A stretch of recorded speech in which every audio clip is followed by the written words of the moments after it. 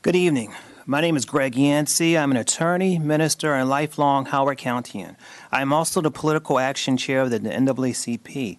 I cannot idly watch when votes are silenced, diluted, circumvented, or blocked. This bill will accomplish the full gamut. It's a bad idea in search of a good reason. It's painful to see leaders that I have supported and even respected fall so far from fundamental principles of democracy. The only way that I can describe it is as self-harm.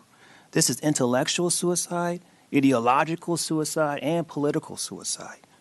We're killing off centuries of collective wisdom in our democratic process. Proponents of the bill argue that the board will be less contentious if we have appointed officials and point to Baltimore County as a model.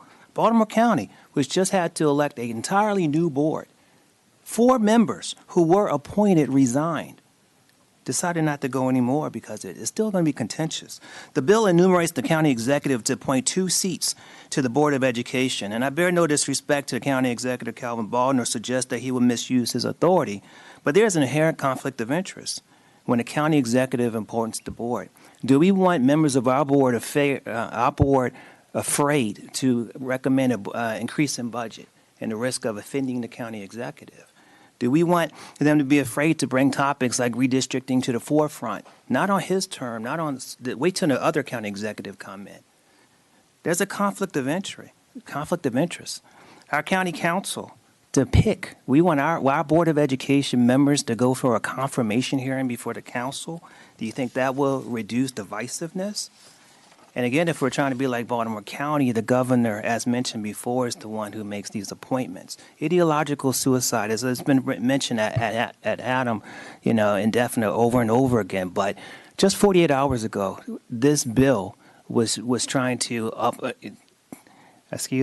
shorten the term of Jackie McCoy and Dr. Liffman Chen. Just 48 hours, we were ready to expose the state to massive lawsuits and undermine the state and federal constitutions that all of you swore to protect. This bill only slightly modifies it. If you want a more informed board, then we educate the public, increase voter turnout, invoke training requirements for the board, but we don't take away the vote.